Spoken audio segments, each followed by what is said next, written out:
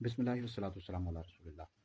ایک سوال ہمارے پاس آیا کہ مفتی صاحب یہ بتائیں کہ یہ کچھ رافضی ہیں اور اہل سنت کے اندر یہ چھپی ہوئی کالی بھیڑیں ہیں، تفضیلی ہو گئے، تو یہ کہتے ہیں کہ جنگ احد میں حضرت سیدنا ابوبکر صدیق، حضرت سیدنا عمر بن خطاب رضی اللہ تعالیٰ عنہ جنگ احد سے بھاگے تھے، معاذ اللہ حضور علیہ الصلوۃ والسلام کو انہوں نے تنہا چھوڑ دیا تھا۔ تو اہل سنت کا اس حوالے سے کیا نظر ہے؟ میرا تمام یہ جو تفصیلی گھسے ہوئے ہیں اہل سنت کے اندر اور ان کے دلوں میں شیخین کا بغض ہے، یا پھر یہ جو رافضی ہیں ان کو چیلنج ہے، اہل سنت کی کس کتاب میں لکھا ہوا ہے؟ دکھاؤ کس کتاب میں لکھا ہوا ہے۔ اہل سنت کی کسی بھی ایک کتاب میں ایسی کوئی بات موجود نہیں، اپنی طرف سے انہوں نے من گڑت روایات پیش کرتی ہیں۔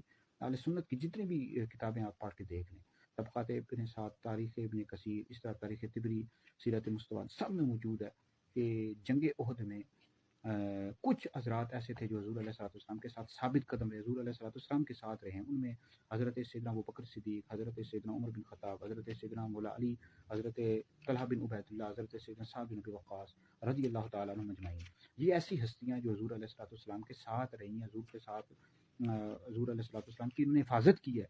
اور حضرت عمر رضی اللہ تعالیٰ عنہ کے والے سے ملتا ہے کہ آپ نے کفار کے دستے کے ساتھ جنگ بھی کی، ان کو پیچھے ہٹا دیا، تو یہ بھی ملتا ہے۔ تو یہ انہوں نے رافضی جو ہیں اور اس طرح جو اہل سنت کے اندر تفضیلی گھسے ہوئے ہیں، ان کے دلوں میں بغض ہے، کینہ ہے، اور یہ اپنی نفرتوں کا اظہار کرتے رہتے ہیں مختلف طریقوں کے ساتھ، کیونکہ ان کو اس چیز کے ساتھ مسئلہ ہے کہ اہل سنت کا یہ عقیدہ ہے کہ انبیاء علیہ السلام کے بعد سب سے افضل ابو بکر ہیں، پھر عمر ہیں رضی اللہ تعالیٰ عنہ۔ تو اس حوالے سے یہ اپنا بغض مختلف طریقوں سے نکالتے رہتے ہیں۔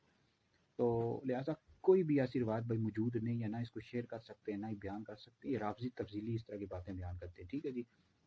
تو یاد رکھیں اہل سنت کا یہ عقیدہ ہے، نظریہ ہے کہ جو بھی نبی کریم علیہ السلام کے کسی بھی صحابی پر لعن طعن کرے، ایسا بندہ دوزخی ہے، جہنمی ہے، اور ایسا بندہ اہل سنت سے خارج ہے۔ اس والے سے بے شمار احادیث ہیں مشکوٰۃ شریف میں، دیگر بھی کتب میں، کہ حضور علیہ الصلوۃ والسلام نے اپنے صحابہ کو برا بھلا کہنے سے منع کیا ہے۔ لہٰذا اس طرح کی کوئی بھی روایت موجود نہیں ہے، اگر کوئی ہے تو ہمارے سامنے رکھی جائے، اس کی سند پر ہم گفتگو کریں گے۔ لہٰذا اس طرح کی کوئی بھی روایت نہیں ہے، اس کو ہرگز بھی بیان اور شیئر نہیں کر سکتے۔